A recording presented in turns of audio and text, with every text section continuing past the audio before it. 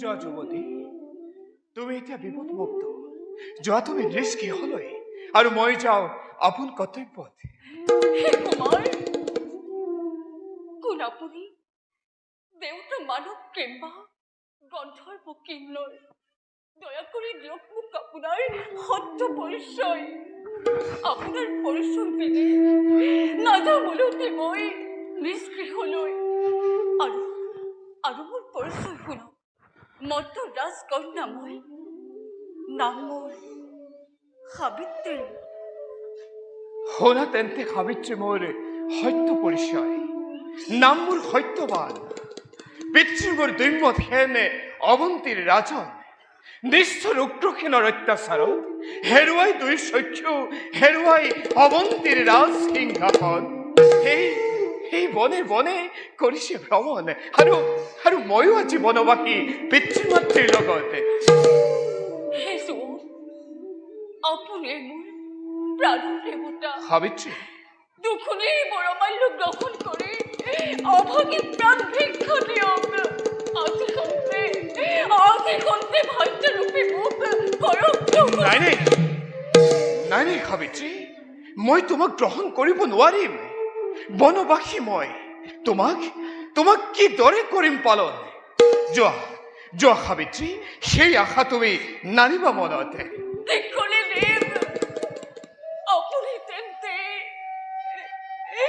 সৌভাগিনীক দয়া নকৰে। শুনা,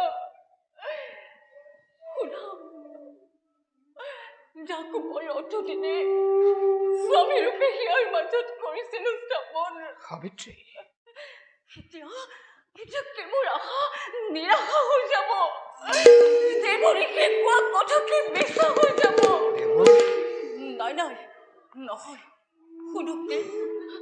আপুনি যদি মোক ভাগ্যৰূপে নকৰে গ্ৰহণ, তেন্তে আপোনাৰ এই পবিত্ৰ নামত সাবিত্ৰী সতী ধৰ্ম ৰক্ষা কৰি নিজ প্ৰাণ মই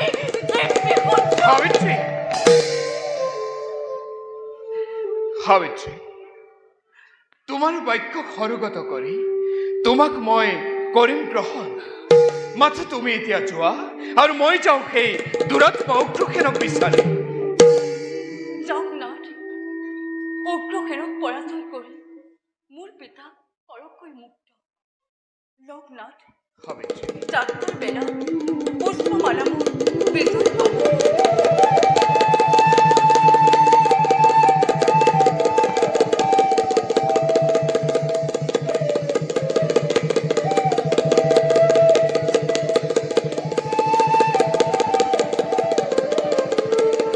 সাবিত্ৰী,